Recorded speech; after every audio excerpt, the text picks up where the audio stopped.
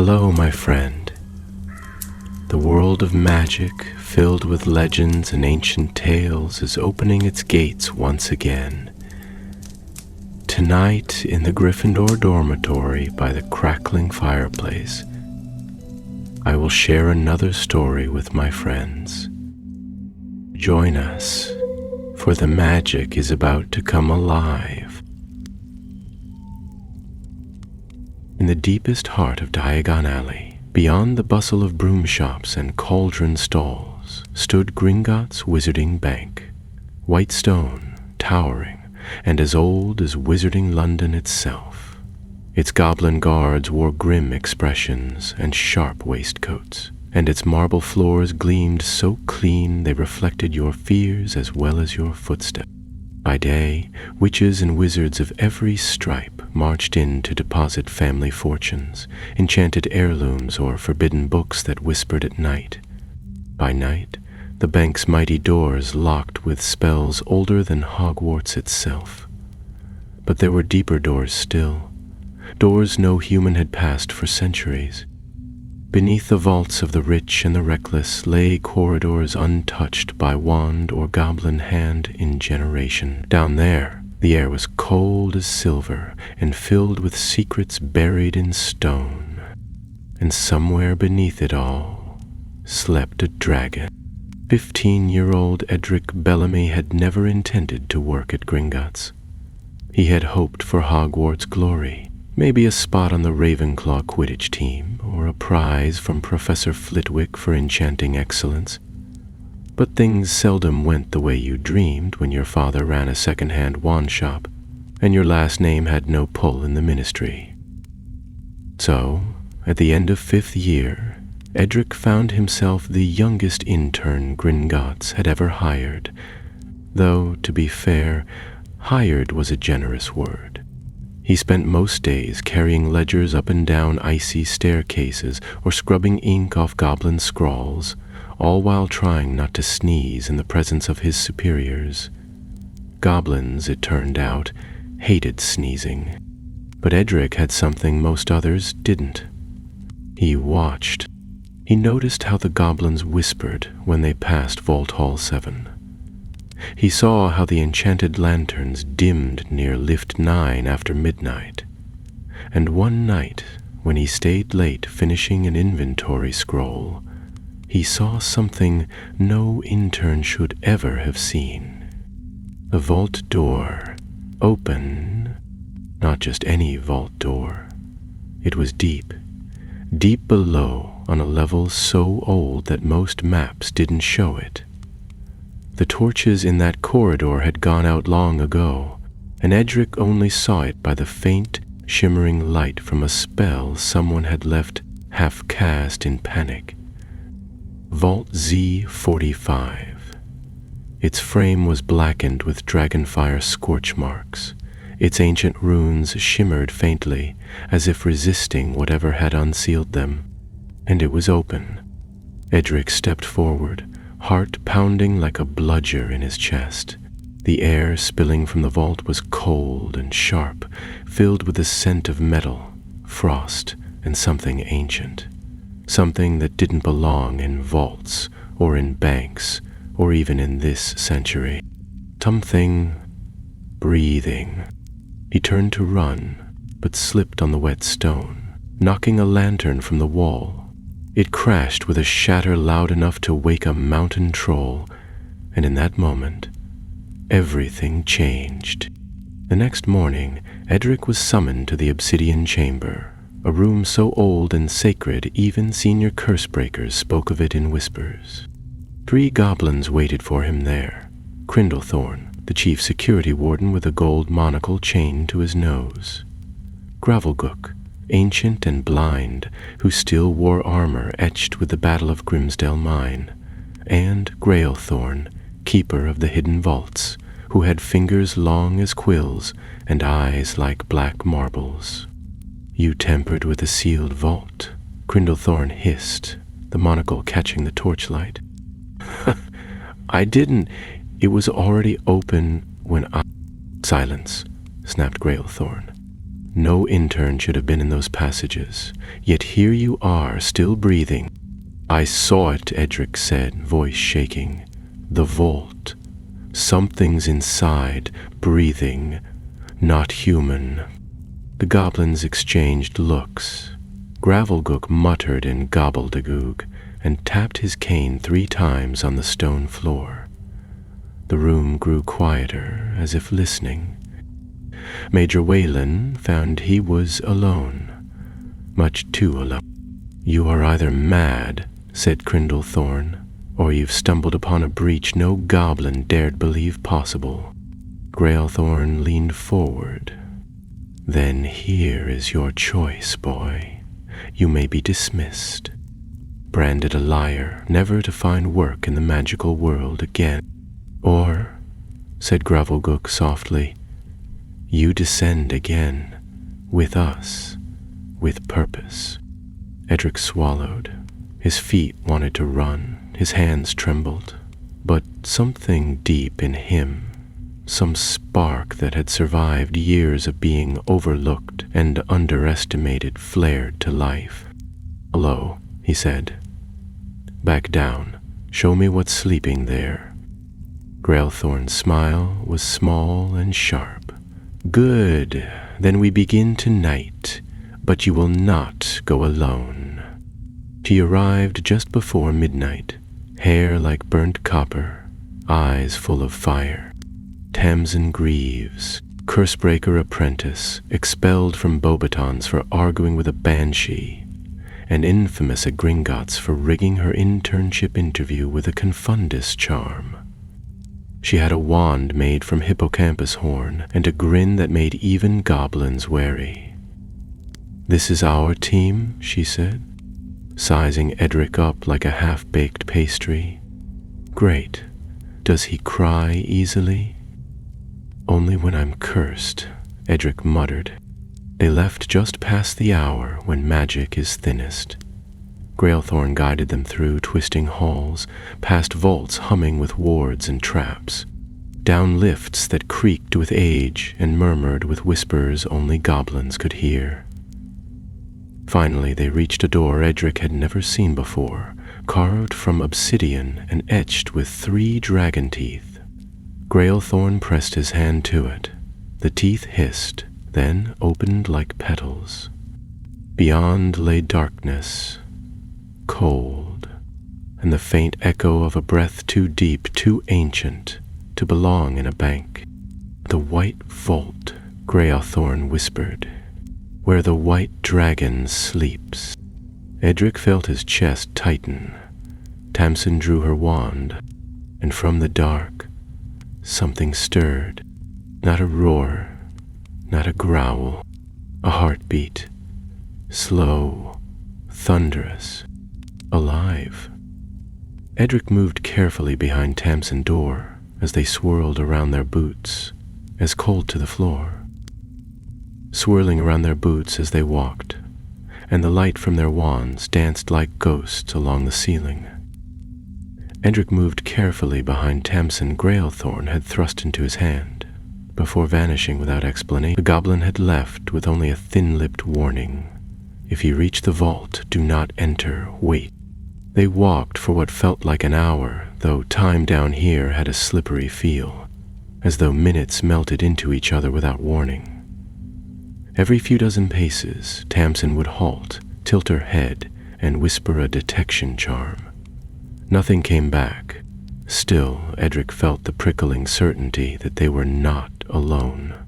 Not followed, perhaps, but observed, as if the very stones were keeping watch. This place doesn't show up on any of the current vault maps, Tamsin muttered, brushing her fingers against a symbol etched into the wall. This is goblin script, but it's older than standard ledger runes. See that? It's a binding mark, high-grade dragon warding, and broken. Edric leaned closer, squinting. The rune she pointed to looked like a curling tongue of fire split down the middle. Even to his untrained eyes, the fracture running through it seemed deliberate. Someone undid the protections? He asked.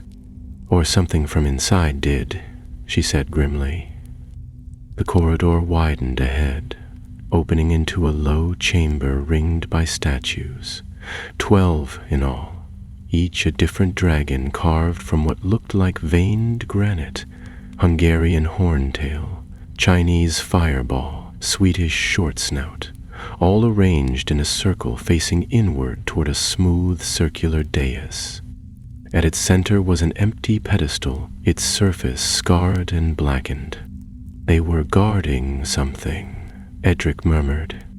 Or something was sealed with them, Tamsin replied. She stepped carefully into the circle, her wand extended. But it's not here anymore. She knelt beside the pedestal and whispered a tracing charm. Pale lines of silver shimmered to life across the floor, forming a complex spiral pattern that made Edric's eyes ache to follow. Merlin's beard, Tamsin whispered. It wasn't a vault. It was a prison. A cold gust of wind swept through the chamber, though no tunnel led out and no cracks showed in the walls. Edric turned, his lantern flaring briefly as if in warning. A low sound filled the air, not quite a growl, not quite a voice. Something that remembered speech, but hadn't used it in centuries. Who disturbs the white silence? The sound came from the walls themselves. The statues trembled slightly, stone eyelids flickering open. Only then did Edric realize they weren't statues at all. "Get back!" he shouted, grabbing Tamsin's arm. But it was too late. The dragons moved. Not all of them, just 2. The Hungarian horntail shuddered, then crumbled into dust, its magic already spent. The Chinese fireball stirred once, opened a glowing eye, and slumped back into stillness. But the third, the smallest, a pale, frost-scaled creature crouched low to the ground, snapped its eyes wide open. Tamsin raised her wand. "Don't move. It's bound to the chamber's spells." The creature blinked once. Then it spoke, its voice high and cold as winter glass. "Where is the tooth? The white tooth that sealed the gate?" I don't know what you're talking about," Edric stammered. "The white dragon sleeps beneath the seal of 12, it rasped. "One seal has been broken. The guardian vault is undone. The gate shall fail." It turned its head toward Edric then, its eyes glowing with something more than fire. "You walked through the broken rune. You carry the dragon's breath." Tamsin stepped between them, her wand leveled. "What do you mean? What dragon's breath?" The little creature hissed, then turned away. "Flee. If you seek to live, flee before the gate falls. Others come. Cold of coin, heat of hunger, old magic waking, too late." The creature collapsed then, curling in on itself until it became a crumbling pile of ash and frost. Silence returned, but it was no longer peaceful. Edric looked at Tamsin. What tooth was it talking about, and what gate? Tamsin shook her head slowly. "I don't know, but we're not alone anymore. Did you feel that? Someone just activated a passage upstream. There's another presence nearby." A distant clank echoed through the corridor behind them, followed by the unmistakable click-clack of goblin boots. But something about the sound was wrong. Too fast, too sharp. A new light flickered far down the tunnel, golden and flickering unnaturally, as though struggling to stay lit. They backed into the statue ring, Edric's lantern dimming as the new glow approached. Then, out of the darkness, a figure appeared. Not a goblin, not human. It wore a cloak stitched with Gringotts crests, but its face was concealed beneath a hood, and its hands, when they emerged, were skeletal and pale blue, covered in runic tattoos that shimmered like frostbite. Tamsin stepped forward. "Identify yourself." The figure did not speak. It raised its right hand instead, revealing something Edric recognized with a shock: a tooth. Long, curved, and white as polished bone. "The gate falls," the figure whispered. "The dragon stirs, and the bank shall burn." Without another word, it vanished in a gust of cold wind that swept through the chamber like a banshee's shriek. The torches went out, the statues cracked, and in the depths below their feet, something moved. Tamsin caught Edric's hand. "We need to go, now." They fled the chamber, the map of the vault swimming in Edric's mind as he ran. He wasn't trained for this. He wasn't brave. He wasn't even supposed to be here. But the look in that dragon's eye, and the fear in the voice of the creature who'd guarded it, told him one thing: the white dragon wasn't meant to wake, and now someone was trying to set it free. The return journey through the ancient tunnels was nothing like their descent. The air had grown colder, brittle as cracked ice, and the walls themselves seemed to lean inward, as though listening to every breath Edric took. Their footsteps echoed with unnatural sharpness, and though they spoke little, the silence between them grew heavier with each passing turn. Edric held the lantern tight, but its glow had weakened, no longer golden, but a pale bluish shimmer that flickered as if in protest. Tamsin walked ahead, faster than before, her wand held high and a tight frown on her face. She had cast 4 detection charms already, and none had reassured her. Something had changed. It was not just the presence of the skeletal figure, nor the crumbling guardians, nor even the warning of the frost creature. It was a sense, deep and unspoken, that the vaults themselves had stirred, that magic long buried had been disturbed, and the spells that once held the lower levels in check were beginning to unravel. As they climbed a set of rough-hewn steps carved into a steep incline, Edric finally broke the silence. "Do you think that figure was human?" Tamsin didn't look back. "No, not anymore, but it had the dragon's tooth. The seal." She paused at the top of the stairs, glancing around the curve of the next passage before answering. If that really was one of the teeth that held the dragon's gate shut, and if one of the 12 seals is broken, we're already too late to stop the breach. Edric swallowed. "Then what do we do?" "We find Grailthorn. We tell him everything we saw, and then we get out of this bank." The passage above was narrow and crooked, the stone walls marked with old torch sconces that no longer held fire. They passed vault doors, all of them sealed with thick rune bands that pulsed gently as they walked by. None of them dared pause. Not until they reached a familiar landing where 3 tunnels branched out in different directions. Edric slowed, staring at the central path. "This is where we came in." Tamsin checked the path to the left. "And this should lead back to lift 9. Edric turned toward it, relief flooding his chest. But just as they stepped forward, a sound reached them. Not footsteps, not voices, a low, scraping noise, like claws on stone. They froze. From the left-hand tunnel came a flicker of golden light, but not warm like torchlight. It pulsed once, then again, steady, slow, and rhythmic. Tamsin took a cautious step forward and whispered, "Lumos Revelo." Her wand lit with a soft blue flare, then sparked twice before fizzling out. "Spell interference," she muttered. "Someone's casting concealment wards ahead." A moment later, a voice called out, clear, sharp, and unmistakably goblin. "Who goes there? Identify yourselves." Tamsin stepped forward quickly, lowering her wand slightly. "Cursebreaker Apprentice Tamsin Greaves, under directive of Grailthorn, this is Edric Bellamy. We request immediate passage to the upper lifts."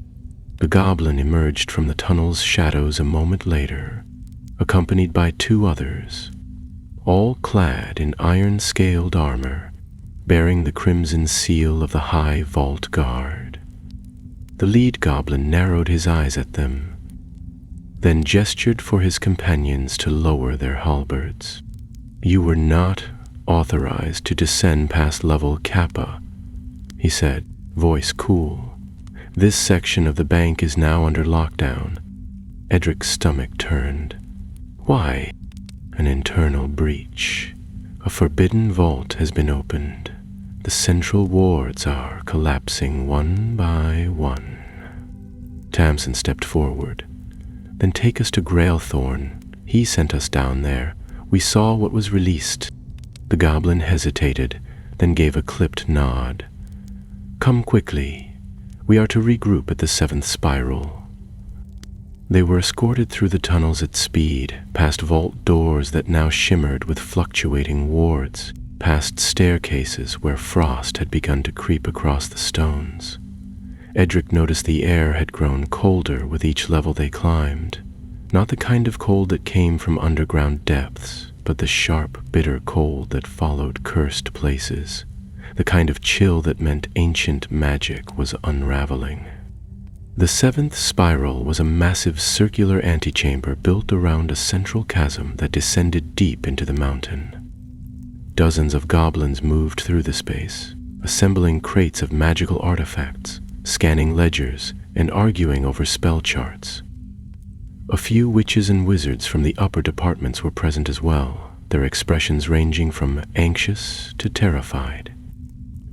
Grailthorn stood near the chasm's edge, watching something far below through a spyglass enchanted with multiple lenses.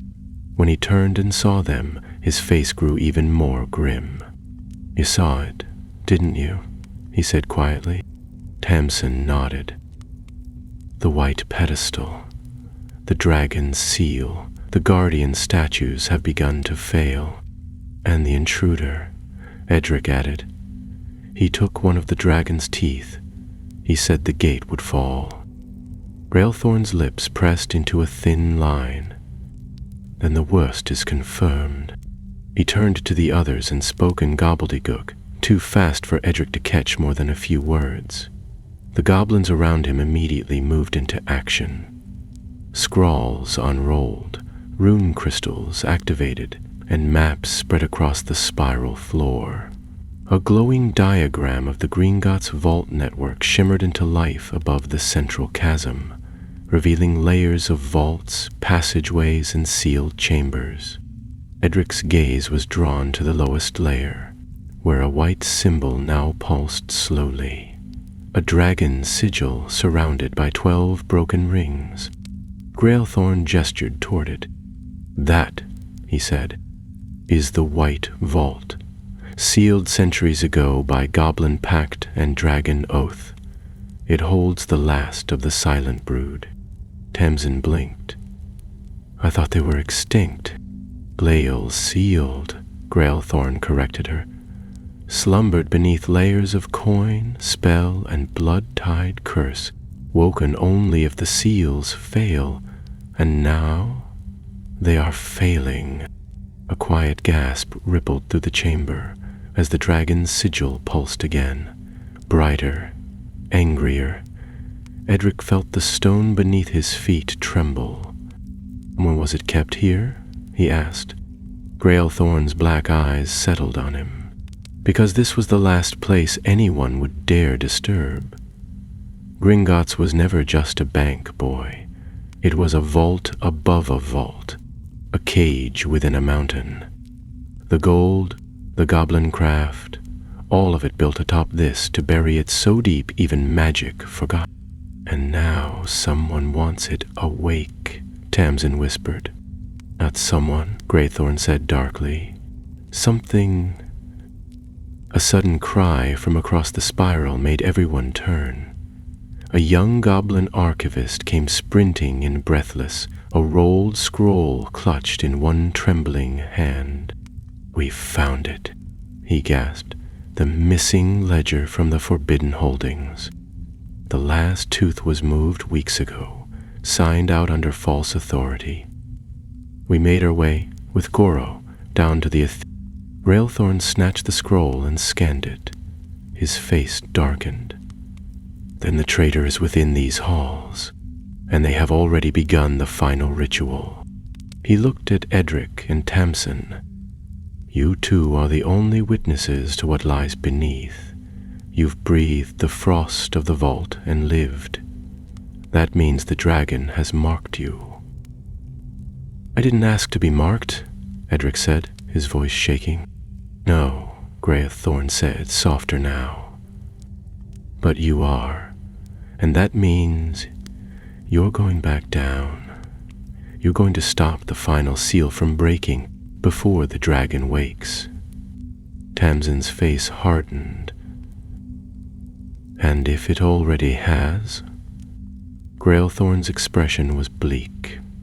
Then we seal the mountain, with or without the bank. Edric's heart pounded as he looked once more at the glowing map and the silent white dragon symbol below. Whatever this creature was, whatever power it held, the time to run had long since passed. He nodded slowly. Tell us what we have to do. The descent was far worse the second time. The elevator, if it could be called that, was an open iron platform suspended by 4 thick, rune-bound chains. It creaked and groaned with every lurching movement as it lowered into the darkness, the spiral walls rushing upward past them in dizzying patterns. The map Greythorn had given them glowed faintly in Tamsin's hand, its lines shimmering with enchanted ink. But even it struggled to display the deepest levels clearly. Some of the corridors shifted as the lift passed, as if the mountain itself disapproved of their presence. Edric stood close to the edge, one hand braced on the railing, the other holding the lantern that had once been warm and golden, but now glowed a pale, nervous blue. Tamsin didn't speak. She was scanning the shadows that clung to the edges of the lift, wand raised, lips pressed in a firm line. They were not alone. Neither of them had seen anything. No figures, no footsteps, no signs, but both felt it. A watching presence, subtle and cold, moving just beyond the edges of light. A creeping stillness had settled over the lower vaults, broken only by the groan of metal or the faint drip of water echoing from below. The lift stopped with a metallic shudder before the final level. Tamsin glanced at Edric. Last chance to run. Edric gave her a wan smile. You'd only chase me. I would. A narrow stair wound down from the platform, carved directly into the rock. No torches lit the way. Only the glow of the lantern guided their steps. The air had grown colder still, and their breath steamed before them, hanging like mist in the heavy silence. They followed the map through a corridor that branched into a vault inspection path. A long stone gallery opened on their right, filled with old vault doors that no longer bore sigils.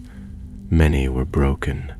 One still smoldered, the edges of its frame fused with green knack ash.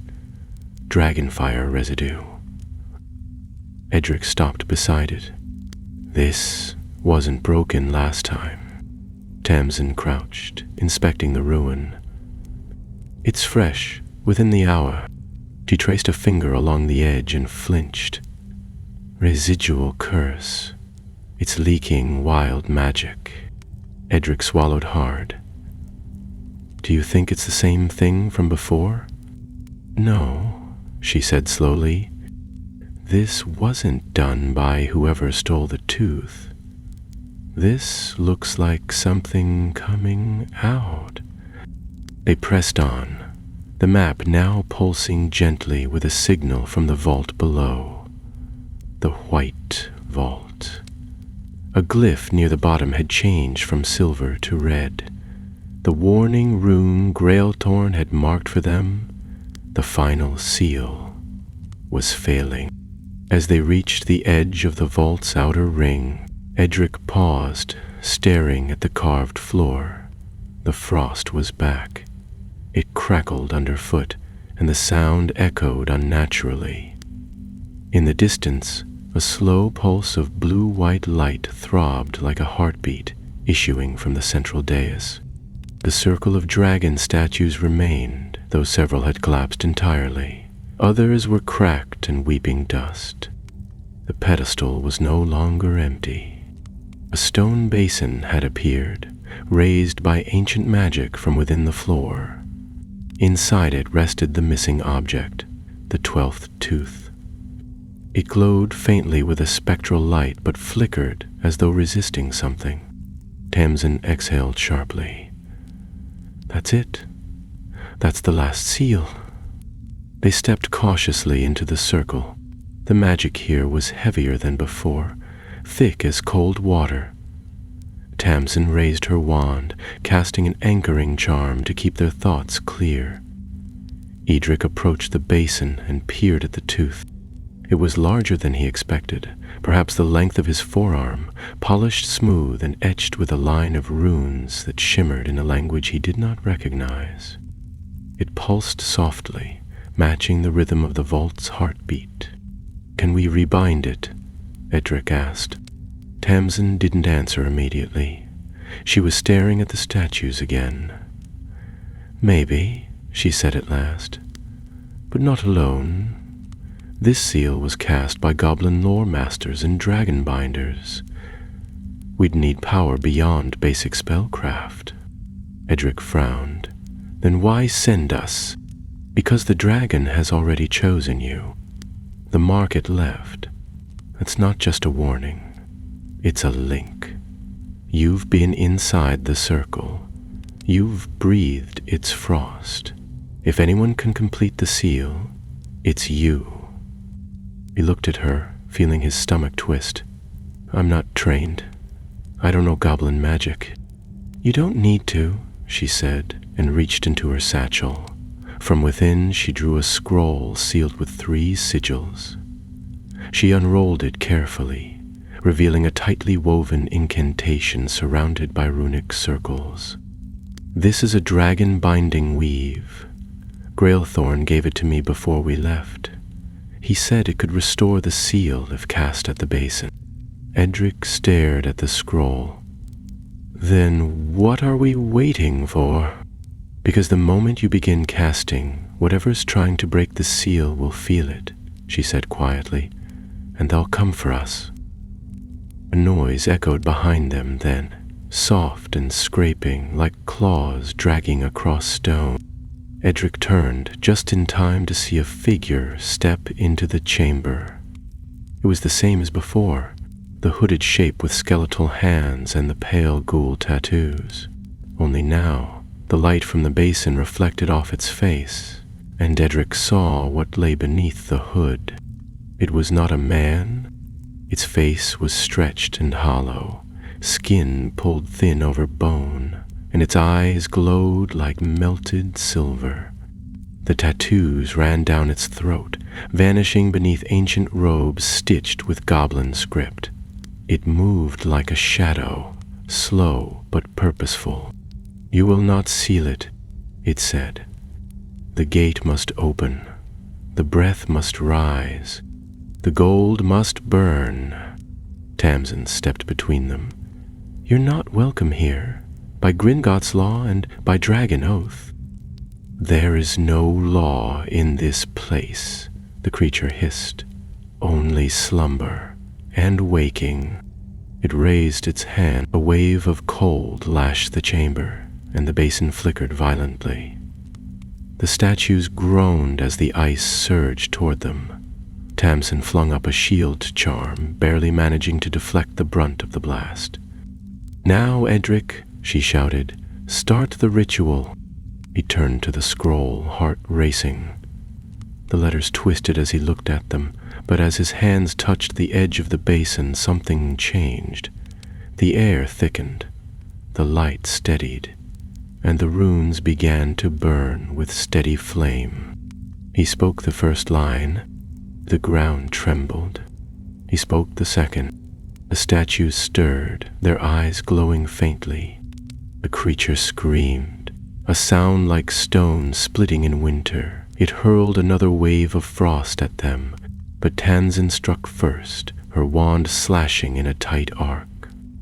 The spell hit the creature square in the chest, knocking it backwards. "Third line," she yelled. Edric's voice trembled, but he forced the words out. The basin blazed white. The dragon's tooth lifted from the stone and began to hover, spinning slowly.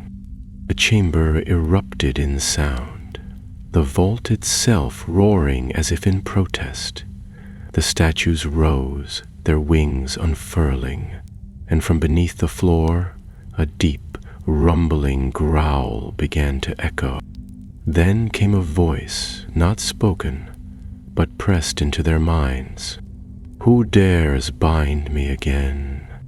The tooth flared. The scroll burned. Edric shouted the final line. A flash of white light filled the chamber, and the creature shrieked in rage as it was thrown backward, vanishing into smoke. Then silence. The basin went dark. The statues stilled. The frost melted, and the tooth was gone. Tamsin lowered her wand slowly. Did it work? Edric looked around, heart still racing. "I think so." But far below their feet, deep in the belly of the vault, something exhaled.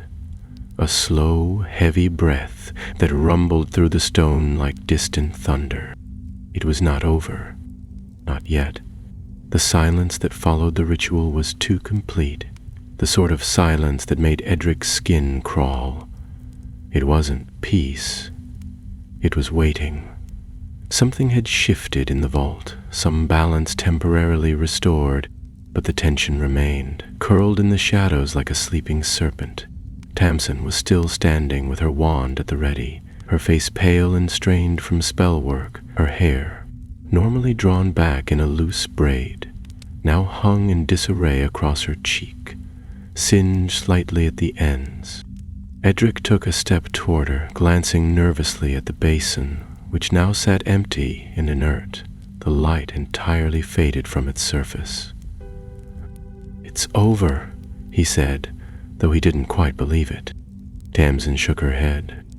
"The seal is reset, for now, but something moved during that spell. I felt it. Whatever's beneath us, whatever this vault was built to hold, it hasn't gone back to sleep." There was a sound then, soft but sharp, echoing from the far side of the chamber. It wasn't the crackle of frost or the whisper of wind, but something more precise. A footstep.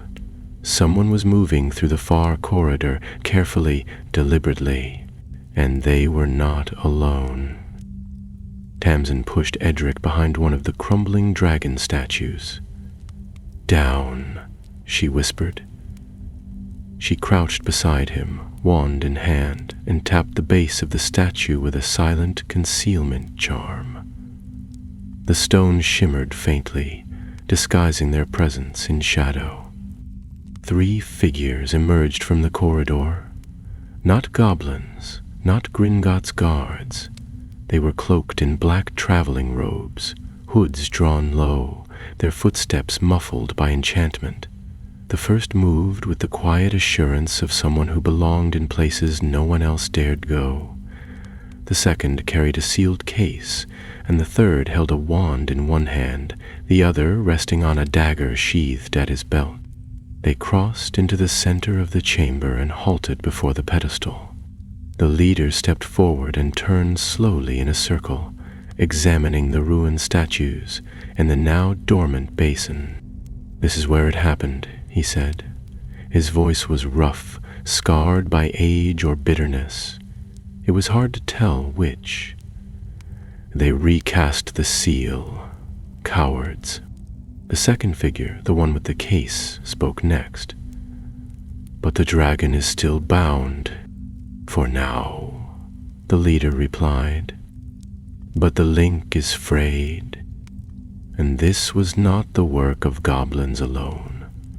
He turned toward the shadows as though peering straight through the concealment charm. Edric's heart thudded in his chest, so loud he was sure it would give them away. The man used a conduit, the man went on. Someone chosen by the vault, someone touched by the frost. The third figure stepped forward, drawing a long iron rod from his cloak. It was engraved with old symbols that shimmered as it neared the pedestal. Then the white one stirs. Even sealed, it begins to answer. The leader nodded. And so we press forward. One seal remains, one final tooth buried in the vaults of the founders. At that, Tamsin stiffened beside Edric. Her eyes widened slightly and she leaned in. They're talking about Vault Epsilon 7. It's restricted to goblin elders and the Cursebreaker Guild. Edric whispered, "You know where it is?" She nodded once. "I've seen the archive key, but no one's supposed to access that vault without full council approval." The leader of the intruders turned back to the corridor. "Prepare the ritual circle. We begin the second breach tonight. If Gringotts will not release the dragon, we shall open the gate by force."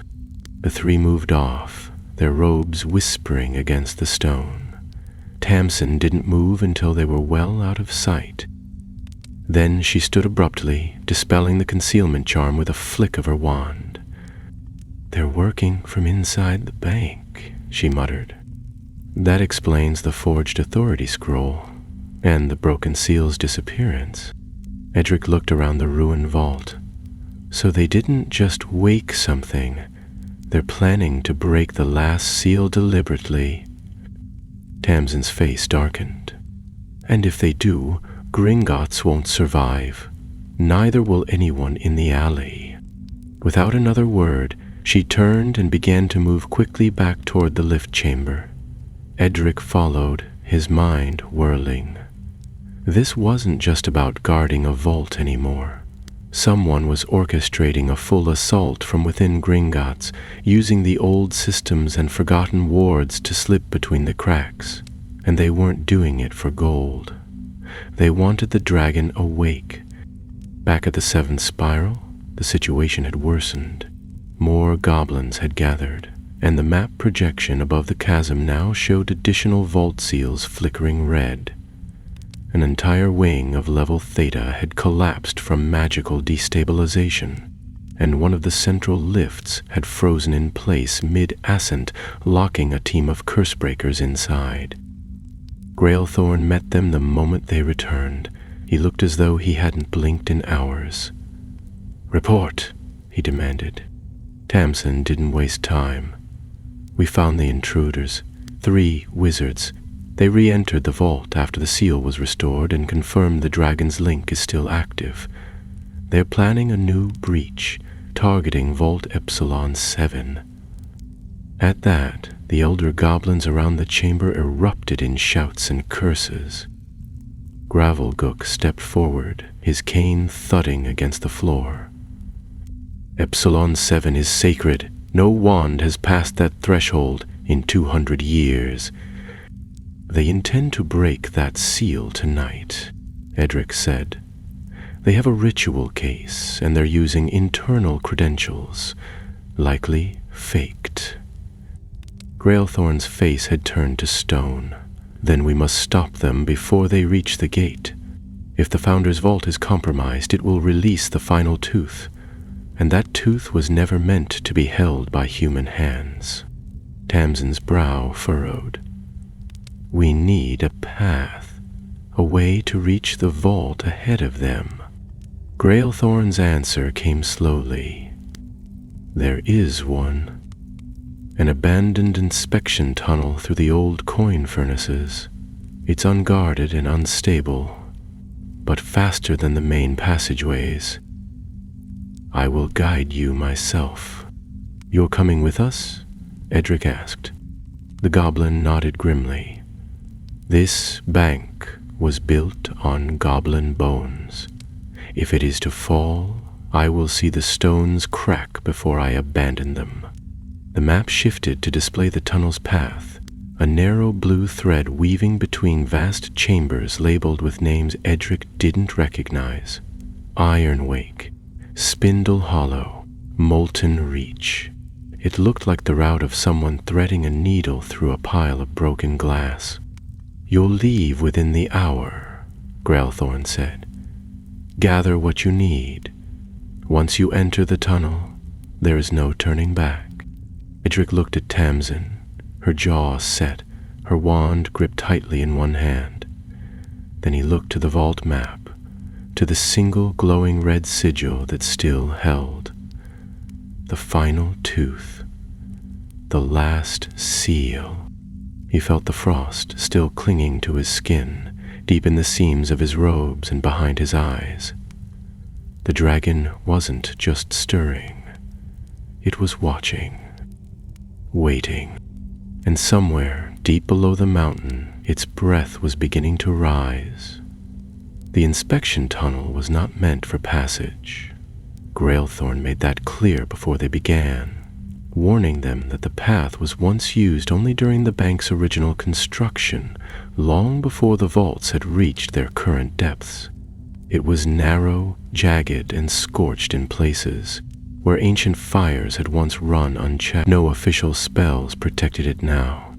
No torches lit the way. No stabilization charms kept the rock steady. It was, in every sense, forgotten.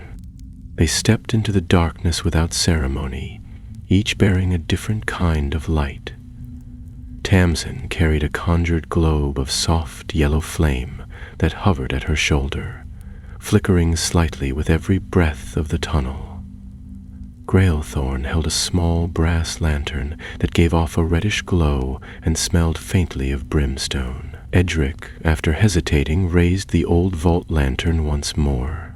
Its blue shimmer was faint, but it pulsed whenever the dragon's presence stirred, and he had grown to trust its warnings. The tunnel sloped downward at a sharp angle, and the floor was rough and uneven beneath their boots. Pipes of copper and obsidian twisted along the walls, many long corroded and leaking traces of ancient enchantments that shimmered briefly before vanishing.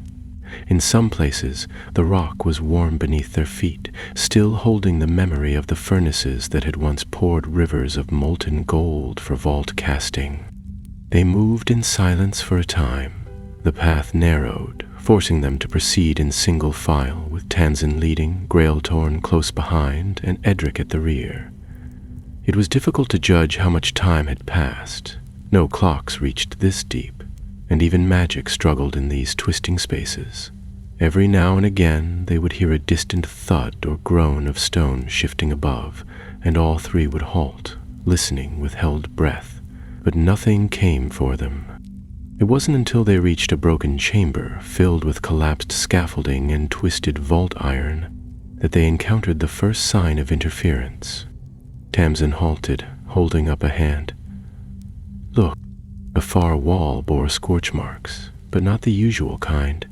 These burns glowed faintly green and pulsed with lingering traces of dark magic. Around the edges of the chamber, thin strands of web-like frost clung to the stones, unnatural and wrong, as though they had been woven rather than formed. Daily were here, Grailthorn muttered, crouching beside a shattered tool chest. And recently, this fire was conjured within the hour. Tamsin stepped carefully around the debris, her wand scanning the perimeter. And they've laid charms to cover their trail. There's a cloaking field over the southern wall, sloppy work, but enough to confuse tracking spells.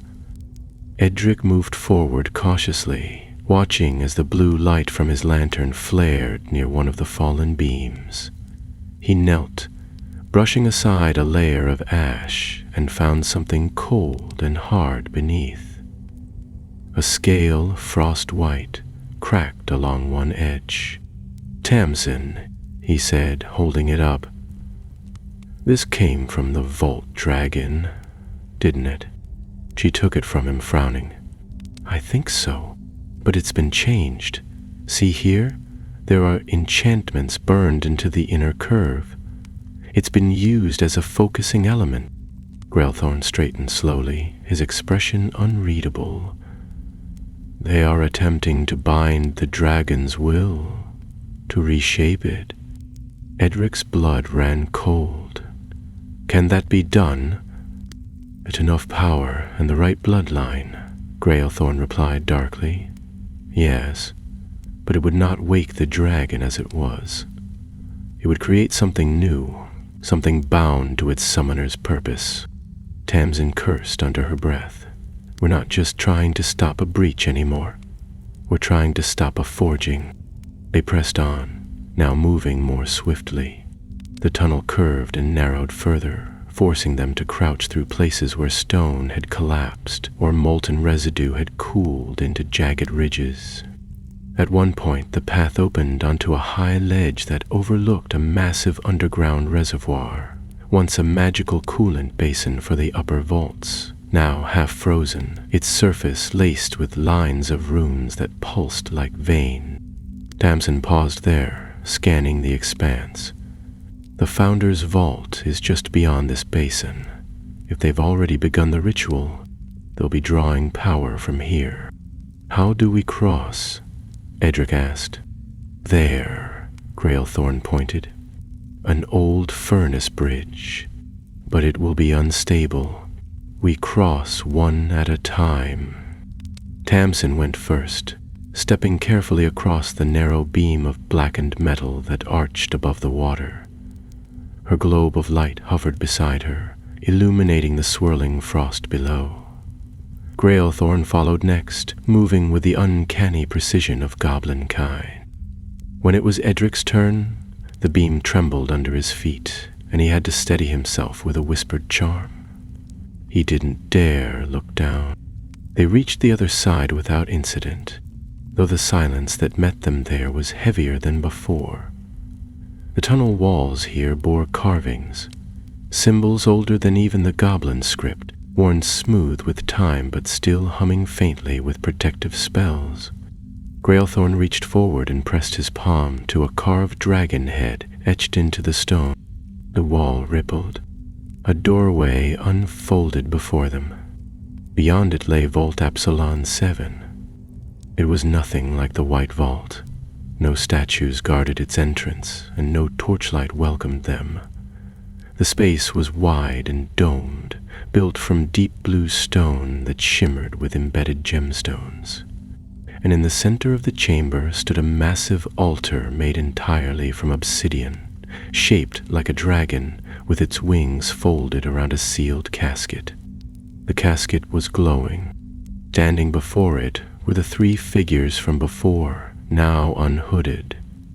The leader was older than Edric had expected, a sharp-eyed man with graying hair and a long scar running from his ear to his collarbone. The second was a woman with hollowed cheeks and a long wand tipped with bone. The third was younger, no older than Edric himself, but his eyes were empty, completely black. They had begun the ritual. Tamsin moved swiftly, raising her wand. "Incarcerus!" Ropes of magical flame shot from her wand, but the woman turned, deflecting the spell with a twist of her wrist. The younger figure stepped forward, chanting in a guttural tongue, and the casket pulsed brighter. A gust of wind swept the chamber, throwing Edric off his feet. Grailthorn stepped forward with a snarl, lifting his lantern. A beam of red light shot across the vault, striking the altar and halting the casket's glow. "You violate sacred bonds," he shouted. "This place was never meant for your kind." The older wizard turned slowly. "Nor was Gringotts meant to bury dragons. Yet here we are." Edric scrambled to his feet, eyes fixed on the casket.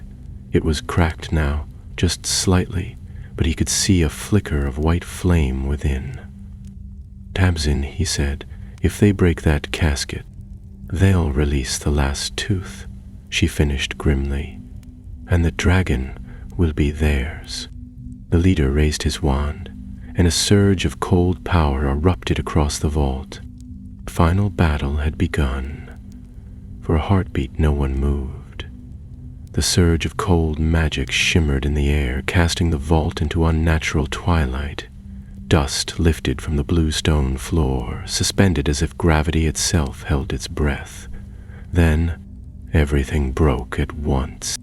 Tamsin launched herself to the left, wand raised, casting a deflection charm that sent the first volley of dark magic ricocheting off a column with a sharp crack.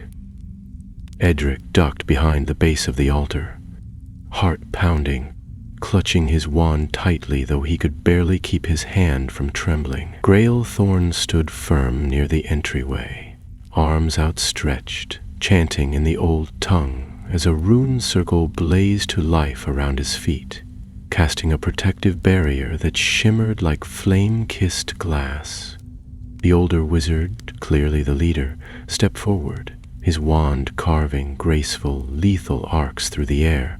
Spells shot from its tip with precision, striking the barrier with crackling fury. "You cannot protect the gate forever, Grailthorn," he shouted, voice calm even in the fury of the storm. "The seal will fail. The dragon will answer. You misunderstand what slumbers here." Grailthorn replied through gritted teeth, reinforcing the shield with another burst of ancient magic. "The White One does not serve. It does not obey. It consumes." Tamsin ducked behind the far side of the altar, meeting Edric's eyes across the vault. "We need to get to the casket. If we can reinforce the binding runes, we might hold the seal."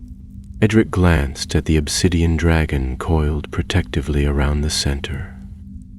The glow from within the casket had grown stronger, and now a soft, rhythmic pulse came from it.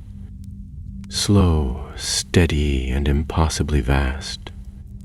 The heartbeat of something that was no longer entirely asleep.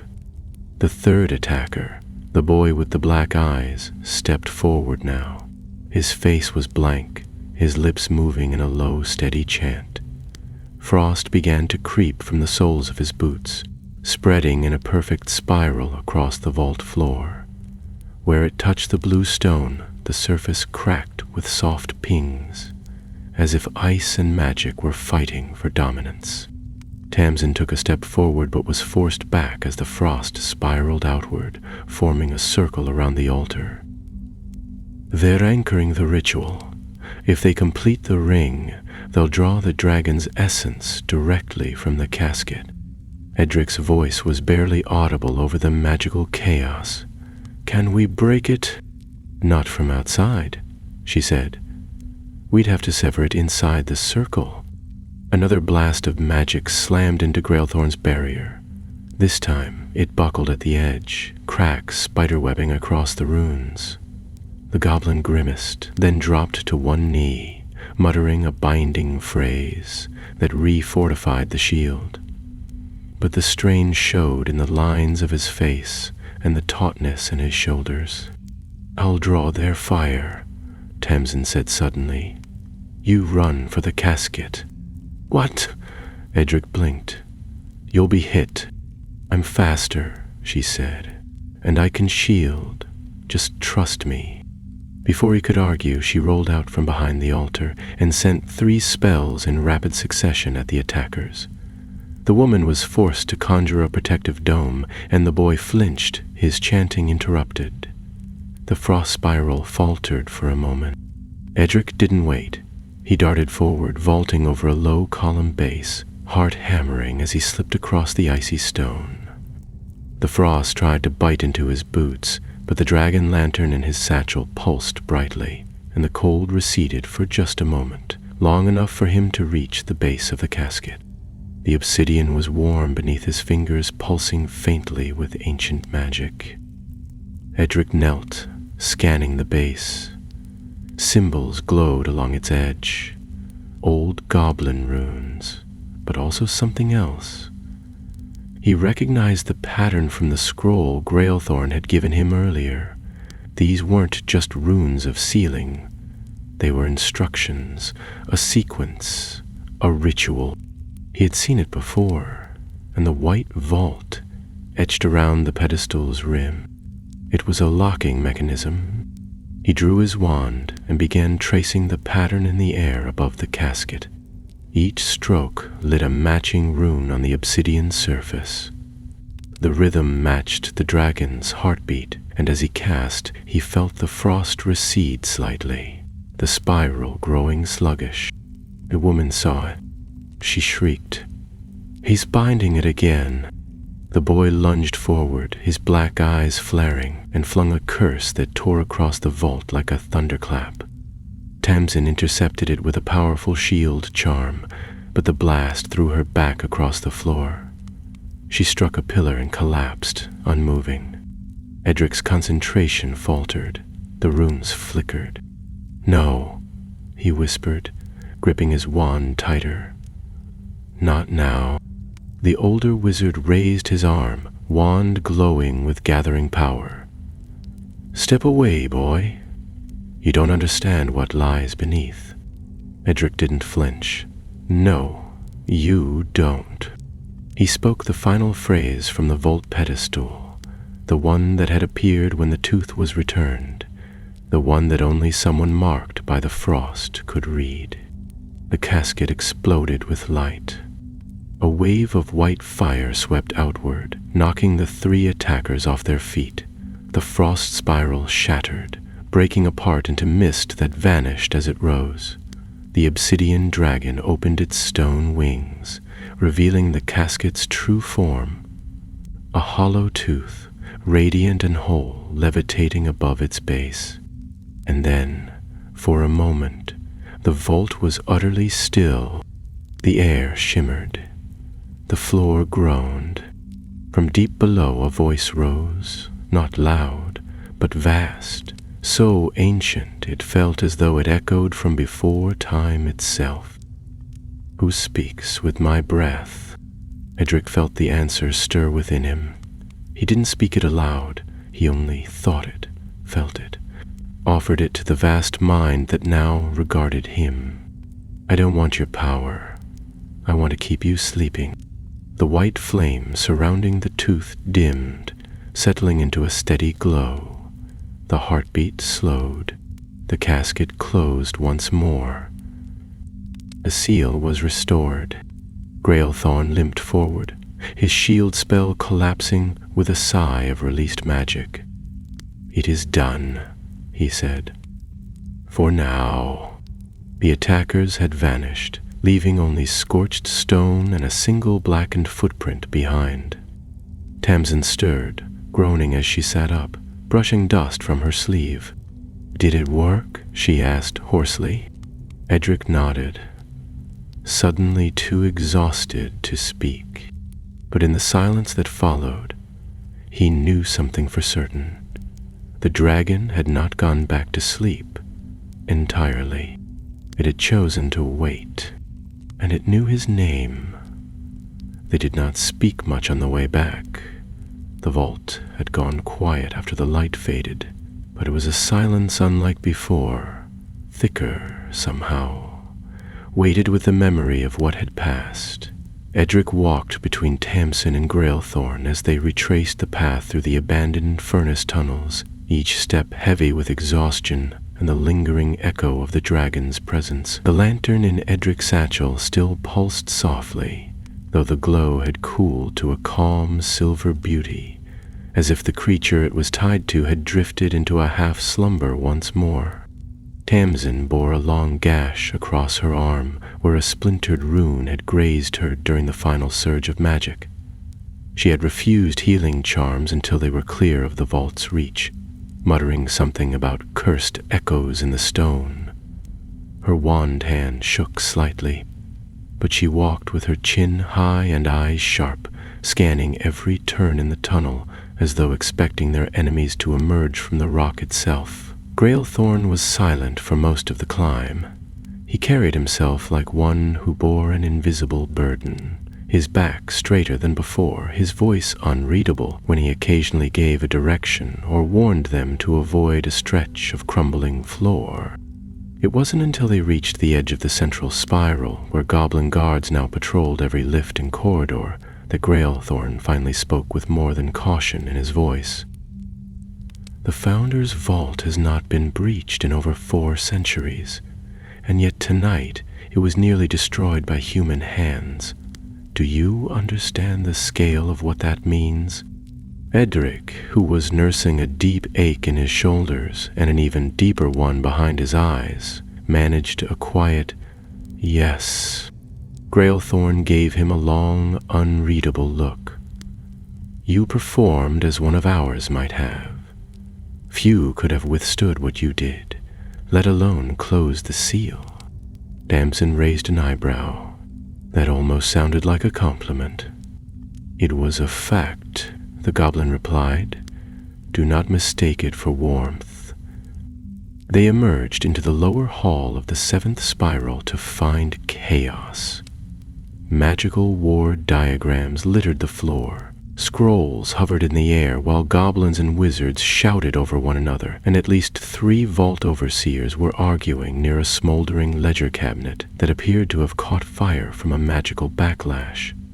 Gravelgook, looking more ferocious than ever, turned as they entered, and his wrinkled face twisted in something like relief. You sealed it, he said flatly. Grailthorn nodded. For now, but we encountered more than we expected. The conspiracy is not external alone. The attackers have knowledge of vault design, binding structure, and forbidden pathways. They use names of goblins long dead to forge their access. Someone from within this bank is feeding them what they need. The room went quiet at that, and Edric saw a few of the goblins look sideways at one another, eyes narrowed. Tamsin stepped forward. They were aiming to draw the dragon out, not just wake it, but bind it. One more tooth would have broken the last seal, but we stopped them. A murmur rose through the chamber. Grailthorn raised a hand to silence it, then turned to Edric, eyes glinting darkly. The dragon has marked him. Its frost lingers in his blood. It will not forget that he reached into the seal and spoke the word. Edric felt the air shift, as though every goblin in the room was seeing him differently now, not just as an intruder or a liability, but as something more complicated, not entirely trusted, not entirely unwelcome. A vessel, perhaps, of a danger they both feared and respected. Gravelgook tapped his cane once. Then he will remain under protection. We cannot risk his disappearance, and we cannot allow him to be taken. Grailthorn nodded. Agreed. Edric stared between them. Taken by who? The elder goblin gave a sharp grunt. Whoever woke the white vault, whoever seeks to control what should never rise. And Tamsin crossed her arms. They'll come again, you know that. They will, Grailthorn said, and next time, they may not aim for vaults. They may aim for mine. With that ominous thought, the council broke into groups, relaying what they had learned, drafting reports for the ministry, arguing about what could be admitted and what must remain sealed. Tamsin was led away by one of the Cursebreaker masters for debriefing, and Edric was given a thick blanket, a cup of something warm and bitter, and shown to a resting chamber built into the stone beside the spiral. He collapsed onto the narrow cot without even removing his boots, too tired to think. But sleep did not come easily. even with the noise of the outer chamber muffled and the fire crackling low in the corner. Edric could still hear the dragon's voice in the quiet spaces of his thoughts. Not loud, not demanding, but present.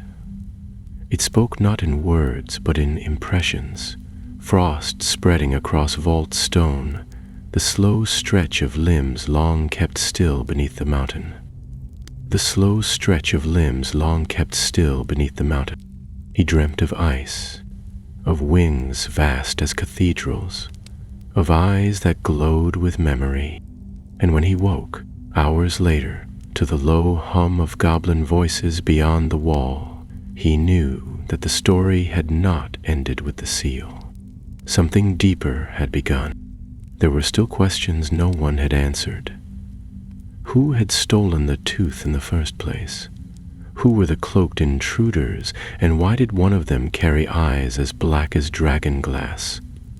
Most troubling of all, why had the dragon chosen not to rise when it had the chance? He rose, shoulders sore, limbs stiff, and stepped to the chamber door just as a shadow fell across it. A messenger goblin, no older than himself, handed him a sealed letter and said nothing before vanishing back into the corridor. The parchment bore the Gringotts crest. Inside was a single sentence, written in neat, precise strokes. You are summoned to Vault Hall 9 at dusk. Come prepared. Edric stared at the words for a long time. Then he folded the letter, tucked it inside his robe, and began to gather his things. Vault Hall 9 was not a place one visited lightly. Even within Gringotts, where mystery and danger were carved into every stone, the ninth hall held a particular kind of weight.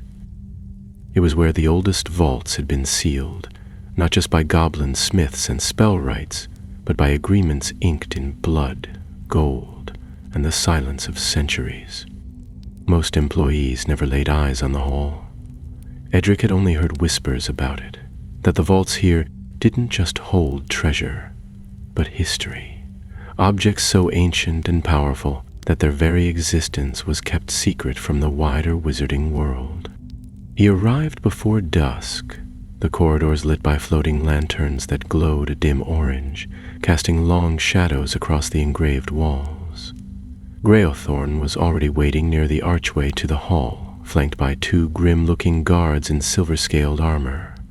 He gave no greeting, merely inclined his head and motioned for Edric to follow. The guards fell in behind without a word. They passed beneath the ruined archway into the hall proper. It was colder here than anywhere else Edric had been. Not the biting cold of the dragon's vault, but a deep, ancient chill, like the kind found in old crypts or caves untouched by light. The vault doors on either side of the passage were carved with unfamiliar symbols, some goblin, others older still, their meanings long forgotten or deliberately obscured. At the end of the hall stood a heavy gate, forged from blackened steel and inlaid with a pattern of silver veins. It pulsed faintly, as though responding to their presence. Greothorn stepped forward and placed his hand against the gate, muttering a low phrase that seemed to sink into the metal itself. The runes flared, then faded, and the gate opened inward with a groan of ancient hinges. Inside, a single vault lay open. Unlike the others Edric had seen, this one was not filled with chests or enchanted cases. There were no shelves of treasure or weapon racks glowing with protective spells. The chamber was empty save for a large stone table at its center, upon which rested an object wrapped in black cloth and bound with 3 silver cords. Greothorn entered first, then gestured to Edric. You will witness something few have seen, he said, his voice lower than usual, and fewer still have lived to speak of. Edric stepped inside, and the moment he crossed the threshold, he felt it, the faintest vibration in the air, like the echo of a giant's footstep far beneath the earth. The cloth covering the object stirred slightly, though there was no wind.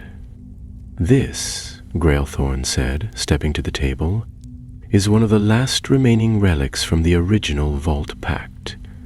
It was crafted not to contain power, but to reveal it." He removed the cords and gently folded back the cloth. Beneath lay a mirror. It was no larger than a basin's width, rimmed in dull gold and etched with runes so small and fine they seemed almost to move. The surface was perfectly smooth, yet did not reflect light.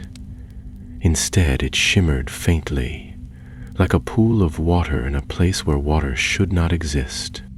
"This is the Eye of Ilderol," Grailthorn said. "It sees not faces, but intentions. It was used to test those who sought to make pacts with creatures older than our kind. And now it will test you." Edric swallowed. "Why?" "Because the dragon responded to you," Grailthorn said. "Because it chose to stay bound when you stood before it. That choice has meaning. It is not affection. It is not loyalty. It is recognition." He stepped back. "Touch the mirror." Edric approached slowly. The air around the mirror was oddly warm, as though the surface gave off breath instead of light. He reached out and placed his fingertips upon the glass. At once, the world shifted. He was no longer in the vault. He stood in darkness, the kind that pressed against the skin, velvet thick and ancient. Before him, something vast loomed, wings folded, eyes closed, scales white as snow. The dragon was not roaring. It was not snarling. It was waiting. Then the eyes opened. They were pale, almost colorless, but filled with a depth that defied words. They looked not just at him, but through him, past flesh and bone into the marrow of what he was. He felt his breath catch. Images flickered across his mind, gold melting into frost, a goblin striking iron in an ancient forge, a tooth pulled from a dying wyrm's mouth, runes burning on a vaulted ceiling, a vault collapsing, a name being whispered in the dark, and then a question, not in words, but in sense. "Will you bind me or free me?" He wanted to say neither, but the choice hung there, real and waiting. He could feel the weight of it settling into the space around his heart. To bind the dragon was to preserve safety. To free it was to invite chaos. But somewhere deep down, he sensed that either path would change him and the world forever. He withdrew his hand. The vault returned. Grailthorn was watching him closely. "You saw it?" Edric nodded. It asked a question. "Witches and witches." "What did you answer?" "I didn't," Edric said. "Not yet." The goblin's eyes narrowed slightly. "Wise or fearful, time will decide which." He turned back to the mirror and carefully wrapped it once more. The vaults are shifting. Wards are failing in places untouched for generations. The dragon stirs not only because it was woken, but because something calls to it, and it will not wait forever. Edric felt the echo of the question still lingering behind his eyes. "I'm not the one meant to make that decision," he said. Grailthorn looked at him sharply. "No one is. That is why it falls to you." He gestured toward the door. "Go. Rest. The others are waiting." Edric left the vault hall in a daze. The silence of the corridor suddenly louder than he could bear. Tamsin found him just outside the spiral, seated on a stone bench beneath a carving of a goblin battle scene. She sat beside him without a word and handed him a small bag of charmed walnuts, still warm from the food hall hearth. "You've got that look," she said. "What look?" The one people get when they've just realized the fate of the world might be sitting on their shoulders. He gave a hollow sort of laugh. "And you?" She leaned back, arms crossed. "I'm just here to stop you from getting eaten." They sat like that for a while, sharing the silence. Far below, the vault slumbered again, for now. But even from this high above, Edric thought he could feel it. The heartbeat, slower but steady, waiting. The days that followed were strange and strained, like the moments after a great storm. Quiet, but too quiet, the air still holding the scent of lightning. Gringotts, ever a place of shadows and secrecy, had turned inward. The usual tide of witches and wizards that came to deposit vault keys and withdraw enchanted coin purses was halted. The goblin guards no longer watched from behind brass counters and enchanted ledgers. They walked the halls in groups now, armed with halberds and whispering wards that shimmered in the corners of the corridors. Edric had not seen the upper levels in nearly a week. He remained deep below, sleeping in the apprentice dormitories and eating meals beside curse-breakers, archivists, and spell-forgers, who all now regarded him with a mixture of curiosity and quiet unease. Tamsin, when not poring over vault maps or arguing with goblin cartographers, remained his most constant companion. She had not left the underground levels since the breach and showed no intention of doing so. Her injuries from the ritual had mostly healed, though Edric noticed she moved more slowly now. Her left arm often pressed tight against her ribs, as though shielding something still tender beneath the skin. Grailthorn had summoned them each day, once for report, once for instruction, and once merely to sit in a quiet chamber lined with old goblin oaths, staring at a map of the vault network and tracing the connections that no one else could see. The white tooth in the Founder's vault had not pulsed again, but a new warning had appeared 3 levels below, deep in the oldest shaft of the bank. Vault L13, a vault sealed long before dragonkind had faded from the world. A vault without a key.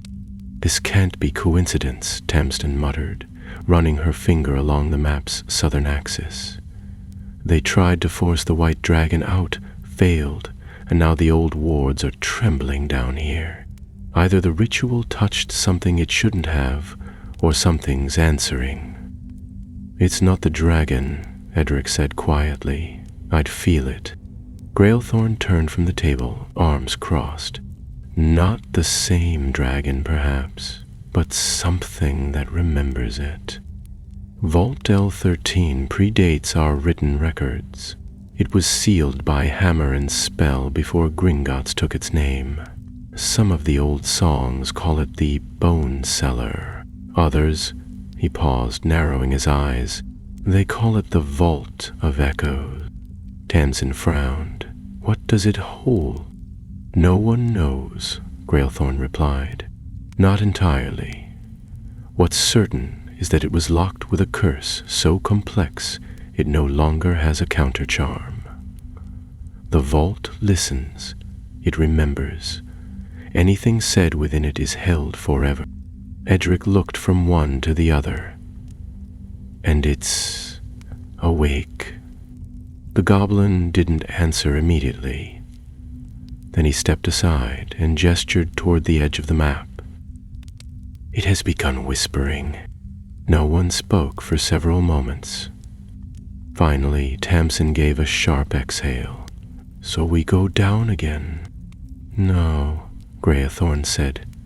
"This is not like the others. There are no stairs to Vault L13, no lift path. You would have to pass through the molten spine, across the hollowed-out core, and through the outer wards. If the vault has truly stirred, the magic in those chambers will fight you." "I've done worse," Tamsin said.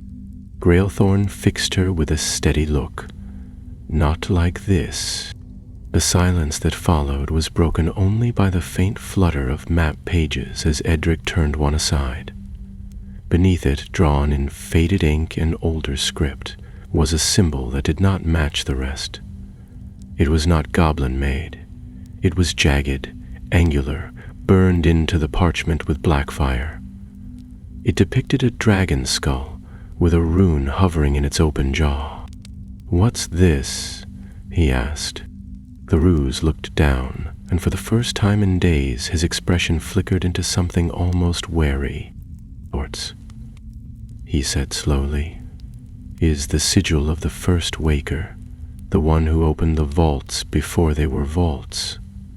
A human, though that word barely applied. His name was lost, but the goblins called him the coin-taker. He did not steal gold, he stole silence." Tamsin leaned over the parchment. "Do you think the ones we fought, the ones who tried to unbind the white dragon, do you think they're following him?" "No," Grailthorn said. "I think they're listening to him." The lantern on the far table flickered, though no wind passed through the room. The next morning, Edric and Tamsin stood at the mouth of a shaft that had not been opened in centuries. It descended through layers of volcanic glass and fractured crystal, left behind by the earth's own fire when Gringotts was little more than a deep hole in the rock. The path was not straight. It twisted, branched, and rejoined itself like a knot, and every step downward made the magic in Edric's blood twitch as though something beneath them was humming a broken tune. They walked in silence, cloaked in protective enchantments and bearing lanterns dimmed to prevent reaction from the surrounding spells. The rock was slick in places, scorched in others, and occasionally the walls groaned with the weight of centuries pressing from above. It was not until they reached the lowest point of the passage, a wide, circular antechamber filled with old bones and melted coins, that the true entrance to Vault L13 came into view. It was not a door, it was a mouth. Carved into the stone wall was the skull of a dragon so large its fangs nearly touched the floor. Its jaw hung open, and within it, darkness pulsed like a heartbeat. The walls around it bore no runes, no charms, only shallow claw marks, as though something had once tried to crawl back out. Edric stepped forward, and the breath caught in his throat. He could hear something, not words exactly, but sound, pressing against his ears like waves. A memory, a whisper that never ended. Tamsin whispered beside him. "It's listening." "Then we don't speak," he said. They crossed into the vault's mouth and felt the air change. The darkness inside was complete. No lanterns worked, no light remained. The only thing that guided them forward was the pull Edric felt in his chest. A thread of frost and flame that tugged him deeper, downward, toward a chamber none of the maps had recorded. And then, all at once, the whispers stopped. They stood in a vast hollow of stone, its ceiling high and domed, lit not by light, but memory. Scenes flickered across the rock of dragons flying above ancient mountains, of goblins forging chains in the heart of fire, of humans kneeling with hands stained black from cursed gold, and in the center of it all stood a pedestal, cracked and bare. Edric stepped forward and saw what lay at its foot. Another tooth. This one was different, longer, twisted, and marked with runes that bled shadow instead of light. It was not a seal. It was a key. The key pulsed faintly in the gloom, though no light touched it. It seemed to drink in the shadows rather than reflect them, and the runes etched along its length writhed softly, as though disturbed by their presence. Edric stood frozen, drawn to the strange, dark tooth lying at the foot of the pedestal. His breath misted in the air, and though the vault was far below the earth, it smelled not of stone or dust, but of ancient fire, like a forge that had burned too long, left to smolder beneath the world. Tamsin crouched beside the pedestal, her wand drawn but held low, casting no light. She examined the marks in the stone, tracing her fingers over the deep gouges that surrounded the base. "This was placed here," she murmured, "not hidden, displayed, as if meant to be found." Edric took a cautious step forward. "But not by us." "No," she said, "by someone who already knew what it was, someone who wanted it used." Grailthorn had warned them that L13 was older than memory, a place of containment rather than storage, but neither of them had truly grasped what that meant until now.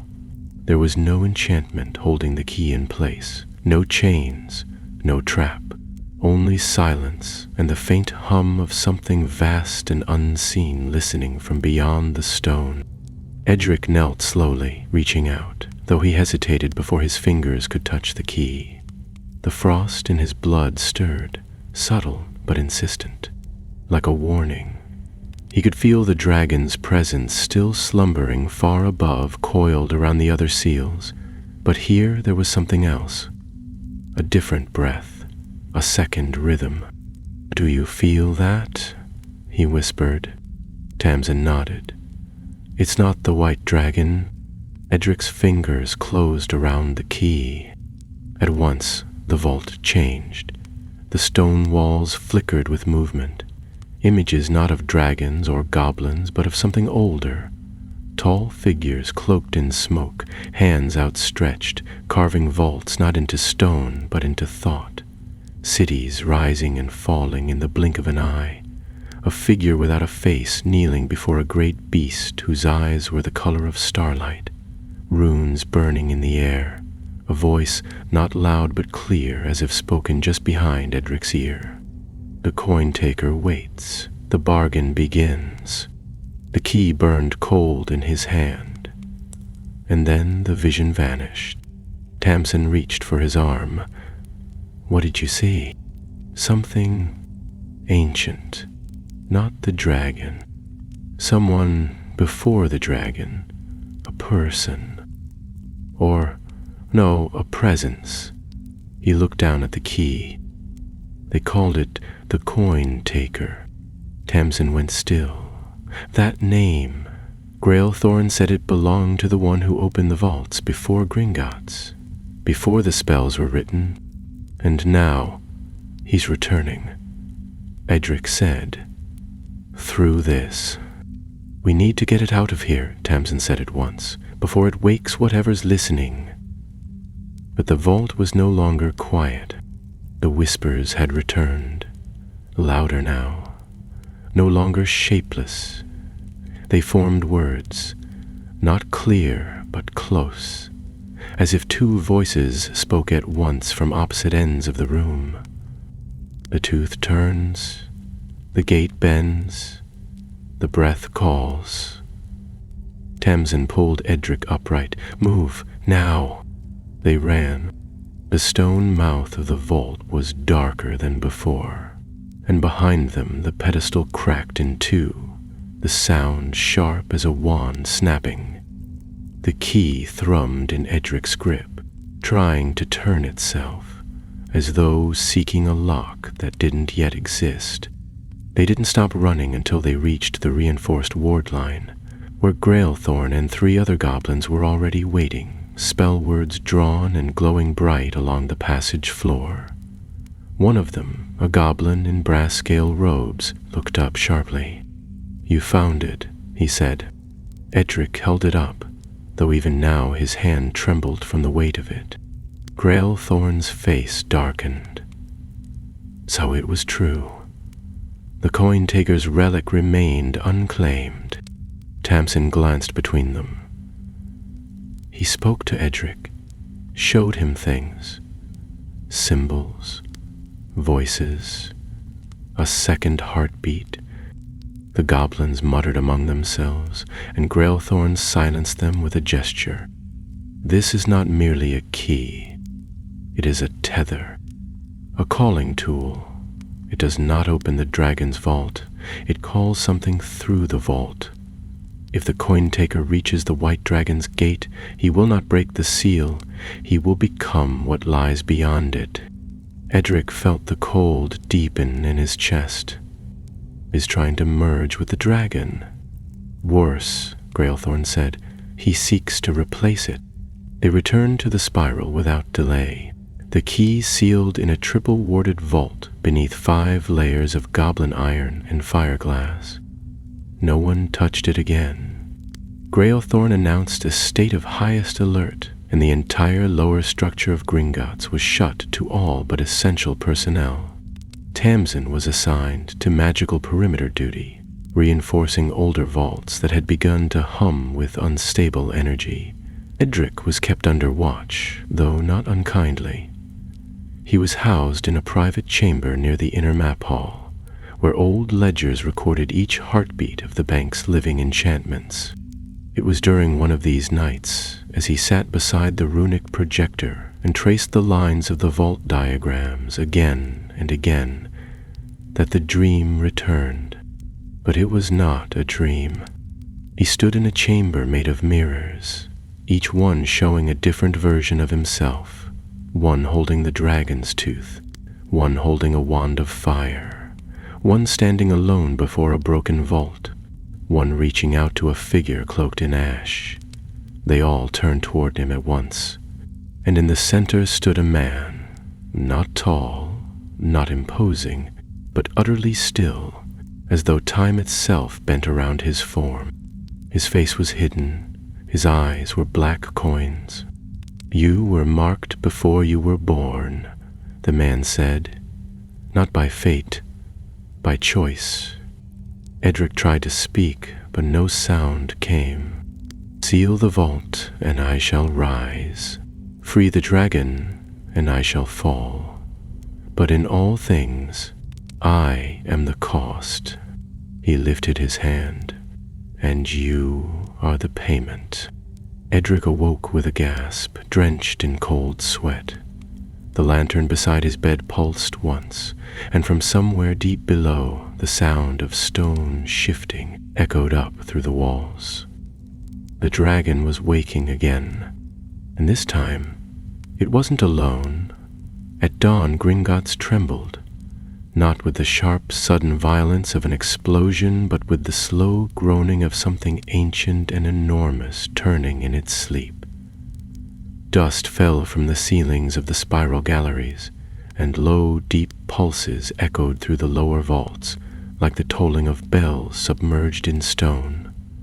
Across the bank, goblins halted in their work. Witches and wizards stationed at the perimeter stiffened as the vault wards flickered, and the enchanted vault maps shivered with shifting runes. In the central chamber, Edric stood with Grailthorn and Tamsin before the great map stone, where the vaults were displayed in living relief. The lowest layers glowed in warning tones, crimson and silver. But it was not the white vault that flickered now. It was the vaults above it, the secondary seals, the layered protections, the quiet spaces where magic had long slept. One by one they were lighting up. "He's begun," Grailthorn said, voice as tight as drawn wire. "The coin-taker's tether has found its place. He does not need the dragon's consent. He only needs its shadow." Edric looked down at the dragon-tooth key, now locked within the center of the projection. Though contained in vault and spellwork, it was no longer dormant. A thin tendril of energy pulsed from its core, feeding into the network of runes that underlay the vault system. Tamsin had spent the night tracing those lines, searching for a breach point. But now, she stepped back from the map and shook her head. "There's no single source," she said. "He's not breaking the wards. He's using them, redirecting the old magic, grinding down the seals not through force but by turning the vault itself into a weapon. Grailthorn turned sharply. Then we do what has not been done in 500 years. We wake the first warden. The room fell silent. Even Edric, who had heard the term only once in passing, felt a chill pass over him. The first warden was legend, an ancient spirit of vault magic, bound not to a body but to the structure of the bank itself. Created at the founding of Gringotts, it had been meant to intervene only when all other defenses failed. To wake it was to surrender control. But now, as the vaults began to echo with the dragon's stirring breath, and the coin-taker's magic crept through the walls like roots through old earth, there seemed no other choice. The ritual was prepared with speed and grim precision. Grailthorn summoned 6 of the oldest goblin wardens, and Tamsin inscribed the invocation ring herself, carving runes into the floor with a blade of star iron and setting charms around its edges to keep the spell from being turned against them. Edric stood within the circle, holding the lantern once more. Its light had changed, pale gold threaded with white and violet, the colors of binding magic and memory. When the incantation began, the floor groaned and the walls shimmered with heat. The vaults above and below ceased their rumbling, as if holding their breath. From the center of the ring, a shape began to rise, neither entirely visible nor fully formed.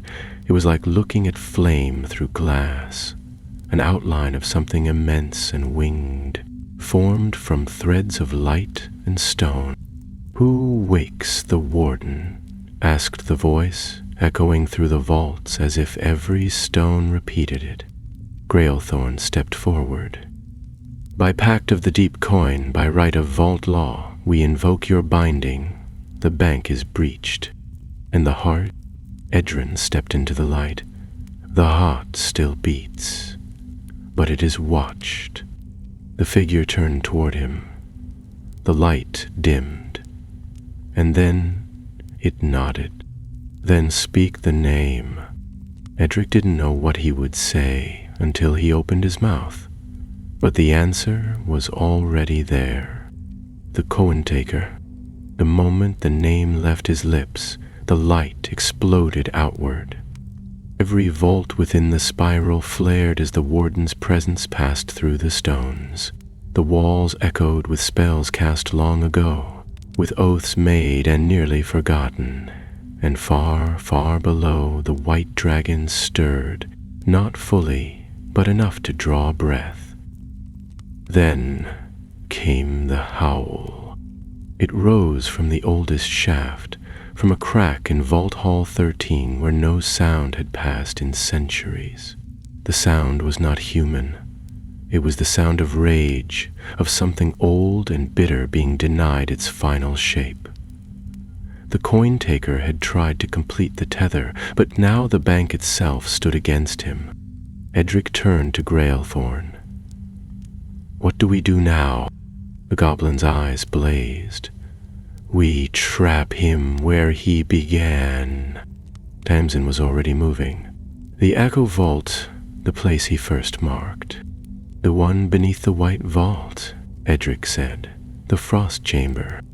They ran. The lower levels were in motion. Doors opened for them that had never opened before. Runes that had long faded now flared at their approach. The lantern guided them, its light pulling toward a tunnel once sealed by dragonfire. They passed beneath arches carved with forgotten words and crossed a stone bridge that trembled beneath their steps. Behind them, the vaults sang, not with voices, but with power old and sharp as blades. They reached the chamber just as the figure formed. He stood at the center of the frost circle, his body cloaked in shadows, the black-aimed boy at his side. But the figure was clearer now, no longer half-formed, no longer hidden. He wore no face, but in place of features, coins spun in his shadow. Hundreds of them, engraved with vault sigils, each one whispering a name, a vault, a secret. Edric stepped forward. "You won't take it." The figure turned.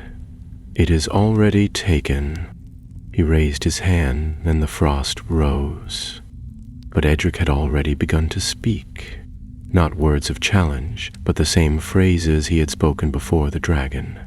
He spoke not to the intruder, but to the vault itself, to the warden, to the dragon, to the very stones beneath them. "Let this seal hold, let the vault remember, let the breath be still." The circle flared white. Tamsin cast a binding charm, and Grailthorn shouted the final phrase in Gobbledygook. The coin-taker howled and vanished. The frost shattered. The chamber stilled. The vault was silent once more. Later, Edric stood before the sealed frost circle. The light from the lantern now glowed steady and calm. Tamsin stood beside him, bruised and tired, but grinning faintly. "You know," she said, "for an intern you've done all right." He smiled, though the weight in his chest hadn't quite lifted. "It's not over, is it?" "No," Grailthorn said from the shadows, "but it is sealed, and for now that is enough."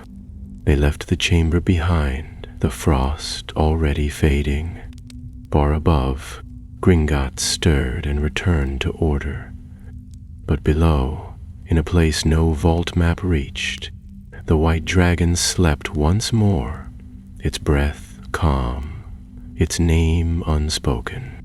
But in the stones, in the memory of gold and oath and fire, it remembered the boy who had spoken gently and bound it not with chains, but with choice. And so it waited.